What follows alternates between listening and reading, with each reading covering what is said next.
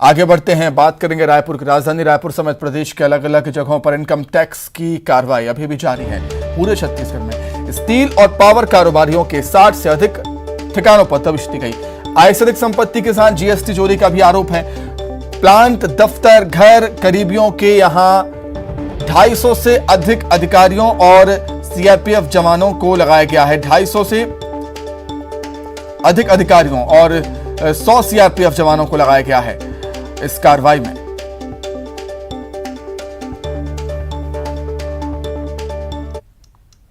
राजधानी रायपुर समेत प्रदेश के अलग अलग हिस्सों में आईटी के छापे अभी भी जारी हैं और ये फरिश्ता कॉम्प्लेक्स और यहाँ पर देख सकते हैं कि यहाँ पर अभी भी जो इनकम टैक्स की जो दबिश है वो जारी है। आईटी के अधिकारी आप देख सकते हैं कि अभी यहाँ से जा रहे हैं।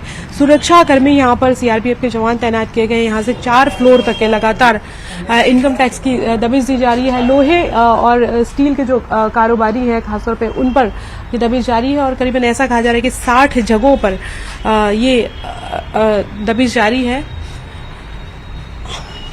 250 के करीबन ऐसा सूत्र बता रहे हैं कि 250 के करीबन एक अनुमान लगाया जा रहा है कि सुरक्षा के जो जवान हैं वो तैनात किए गए हैं। अलग अलग जगहों पर ये दबिश दी जा रही है। बात करने की कोशिश करते हैं सर। नहीं मैडम, ऑफिशियल इंफॉर्मेशन आपको मिल जाएगी। ये भी सीनियर ऑफिसर से एडिशनल। तो ये आप देख सकते हैं कि इनकम टैक्स के जो अधिकारी हैं उन्होंने बताया है कि ऑफिशियल जानकारी जो है वो मिल जाएगी, लेकिन अभी अगर हम बात करें तो ये फरिश्ता कॉम्प्लेक्स है और यहाँ पर भी अधिकारियों की जो टीम है वो पहुंची है। एक आईटी के जो अधिकारी हैं उनसे हमने बात करने की कोशिश की। उन्होंने कहा कि ऑफिशियल जानकारी दे दी जाएगी। दबिश लगातार जारी है और वो लिफ्ट से जा रहे हैं, आप देख सकते हैं। और करीबन 250 जो सुरक्षा कर्मी है वो लगाए गए हैं अलग अलग जगहों पे, जहां जहां पर छापे जो है वो मारे जा रहे हैं। ये 3 फ्लोर है यहाँ पर लगातार।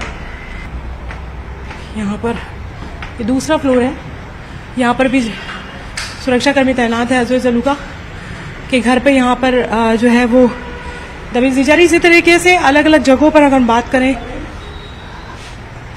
तो यहाँ पर लगातार आईटी के जो अधिकारी हैं वो पहुंचे हुए हैं और दस्तावेज खंगाले जा रहे हैं। और अभी ऐसा माना जा रहा है कि करीबन 3 दिनों तक, अगले 3 दिनों तक ये जो कार्रवाई है वो जारी रहेगी।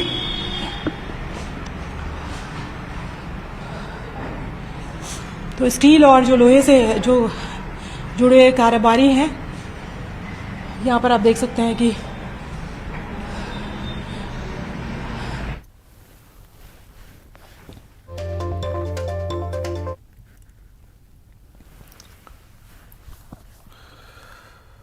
तो इनकम टैक्स की कार्रवाई को लेकर क्या कुछ अपडेट है वो हम जानेंगे। सीधे रायपुर का रुख कर लेते हैं। ममता लांजेवास जुड़ी हुई हैं। ममता, कल भी देखा था हमने ताबड़तोड़ कार्रवाई इनकम टैक्स डिपार्टमेंट की जारी थी, आज भी लगातार जारी है। करीब 60 से अधिक ठिकानों पर कार्रवाई हो रही है। क्या कुछ अपडेट है फिलहाल? बिल्कुल, देखिए फरिश्ता कॉम्प्लेक्स में इस वक्त हम मौजूद हैं और कल सुबह तड़के जो यहाँ पर कार्रवाई शुरू हुई थी वो अभी भी जारी है। इनकम टैक्स के जो अधिकारी हैं वो यहाँ पर पहुंचे हुए थे। सीआरपीएफ के जवान यहाँ पर अभी भी मौजूद हैं। सीएस जो है खासतौर पर अगर बात करें लोहे और स्टील के जो कारोबारी हैं उनके जो सीए हैं उनसे भी पूछताछ की जा रही है। जो करीबी जो कर्मचारी हैं उनसे भी पूछताछ की जा रही है। उनके फ्लैट्स पे छापे मारे गए हैं और करीबन राजधानी रायपुर समेत पूरे प्रदेश भर में 60 जगहों पर आईटी की ये जो दबिश है वो जारी है। और शुरुआती जो जानकारी आई है उसमें ये है कि रायपुर, बिलासपुर, रायगढ़ और दुर्ग, भिलाई समेत खरोरा जो है यहाँ पर करीबन यहाँ पर लगातार छापे की कार्रवाई जारी है और एक के बाद एक दस्तावेज खंगाले जा रहे हैं। खासतौर पर अगर हम बात करें तो आय से अधिक संपत्ति और जीएसटी चोरी के भी आरोप लगे हैं। और ये भी पता चला है कि कोलकाता में जो है कई बोगस कंपनियां भी यहाँ पर इन्होंने बना के रखी हुई थी। और अभी अगर हम बात करें तो अजय जलूका और उनके जो भाई हैं उनके जो फ्लैट है उस पे यहाँ पर कल से जो कार्रवाई जारी है और उसी तरीके से अलग अलग जगहों पे भी कार्रवाई जारी है। शीर्ष रैंकिंग कर्मचारी, चार्टर्ड अकाउंटेंट, परिवार के सदस्यों के अलावा 2 समूह के कई निदेशक, व्यक्तिगत भागीदारी, नामित भागीदारी, पूर्णकालिक निदेशक जो है उनसे पूछताछ की जा रही है।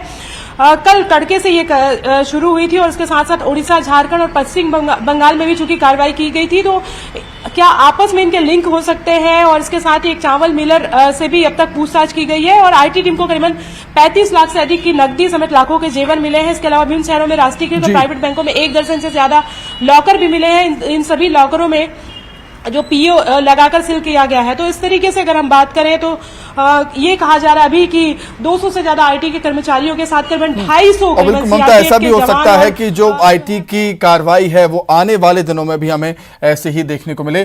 फिलहाल आप हमारे साथ बने रहिए, कुछ और खबरों पर भी ममता हम आपसे जानकारी लेंगे। आगे बढ़ेंगे, बात करेंगे स्वाइन फ्लू की। छत्तीसगढ़ में स्वाइन फ्लू के मामले अब बढ़ने लगे हैं धीरे धीरे। स्वाइन फ्लू के 3 और नए केस सामने आ गए। एक्टिव मरीजों की संख्या बढ़कर हो गई है 14। रायपुर में मिले हैं स्वाइन फ्लू के 2 मरीज, दुर्ग में मिले हैं 1 मरीज दुर्ग में मिला है। संक्रमण की रिपोर्टिंग में देरी से चिंताएं बढ़ गई हैं। तो स्वाइन फ्लू ने अब डरा कर रखा है छत्तीसगढ़ में। एक्टिव मरीजों की संख्या बढ़कर 14 हो गई है।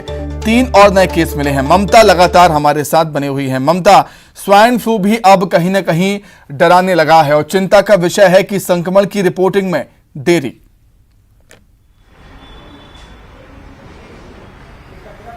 बिल्कुल, देखिए डेंगू और उसके बाद अगर हम बात करें तो वायरल फीवर और कोरोना की चपेट में तो प्रदेश है ही, लेकिन उसके साथ ही स्वाइन फ्लू के जो नए केसेस आए हैं उसके बाद में चिंता बढ़ गई है। कल 11 जो पॉजिटिव हैं वो मिले थे, स्वाइन फ्लू के मरीजों की पहचान हुई थी और उसके बाद में 4 और मिले हैं, यानी कि करीबन 3 और मिले हैं, यानी कि 14 हो गए हैं।